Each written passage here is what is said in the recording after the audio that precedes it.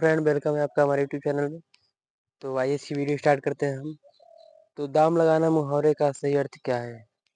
मूल्य आंकना करना या फिर पूरी कीमत देना या फिर लागत मात्र देना या फिर मोल भाव करना।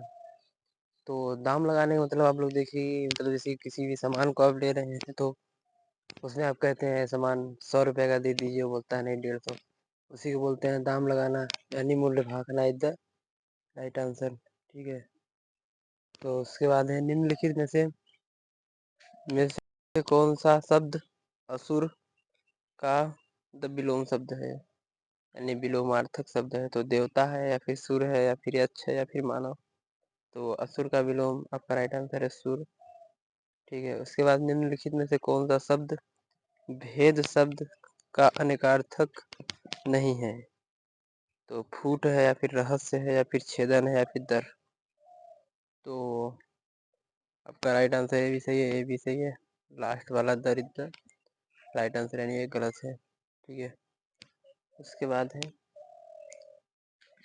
वर्ण न म तथा अण का उच्चारण स्थान क्या है? तो कंठ है, तालु है या फिर नासिका है या फिर ओष्ठ है। तो आपका राइट आंसर है नासिका इज द राइट आंसर। ठीक है। उसके बाद है निम्नलिखित में से कौन सा स्त्रीलिंग है? तो पंख या फिर पंछी या फिर पंक्ति या फिर पक्षी। तो आपका राइट आंसर है जो है वो है पंक्ति इज द राइट आंसर। उसके बाद है सिन्न के बच्चे को क्या कहते हैं? तो राशि या फिर गुच्छा या फिर सिन्न शावक या फिर अंबार। तो आपका राइट आंसर है सिंह शावक। ठीक है। सॉरी, सिंह शावक इज द राइट आंसर। ठीक है। उसके बाद है कैंची किस भाषा का शब्द है? तो तुर्की है या फिर पश्तो या फिर जापानी या फिर अरबी। तो आपका राइट आंसर है तुर्की इज द राइट आंसर। उसके बाद है उद्गम शब्द में कौन सा उपसर्ग है? तो उत है या फिर आ है या फिर अति या फिर उद। तो आपका राइट आंसर जो होगा उद धनगम। ये दोनों अलग अलग अक्षर बन रहे हैं, आप लोग देखिए। तो आपका राइट आंसर हो जाता है, इसलिए उद्गम इज द राइट आंसर, उद। उसके बाद है अहिंसा सत्य और अक्रोध मूलक धर्म का उक्त क्या है? तो आत्मनिर्मित बंधन या फिर असत्याचरण या फिर सद्विचार या फिर परोपकार। तो आपका राइट आंसर है आत्मनिर्मित बंधन इज द राइट आंसर। ठीक है। उसके बाद है देश में आने वाली विभिन्न जातियों ने क्या खोज निकाला था? तो सामान्य धर्म या फिर सुख शांति या फिर धन संपदा या फिर जीवन पथ। तो आपका राइट आंसर है सामान्य धर्म इज द राइट आंसर। ठीक है। उसके बाद है किन्होंने यह खोजा कि सभी जातियों का एक सामान्य आदर्श है? तो नेताओं ने या फिर आम लोगों ने या फिर ऋषियों ने या फिर महिलाओं ने। तो आपका राइट आंसर है ऋषियों ने।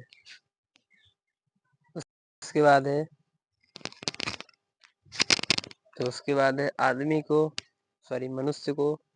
मनुष्य कौन मानता है? तो सत्याचरण है या फिर सदाचार है या फिर परोपकार है या फिर आत्मनिर्मित बंधन है। तो आपका राइट आंसर है आत्मनिर्मित बंधन इज द राइट आंसर। ठीक है। उसके बाद है आदमी को सर्वत्र कौन पछाड़ता है? तो अहन है या फिर क्रोध है या फिर अज्ञान या फिर निराशा।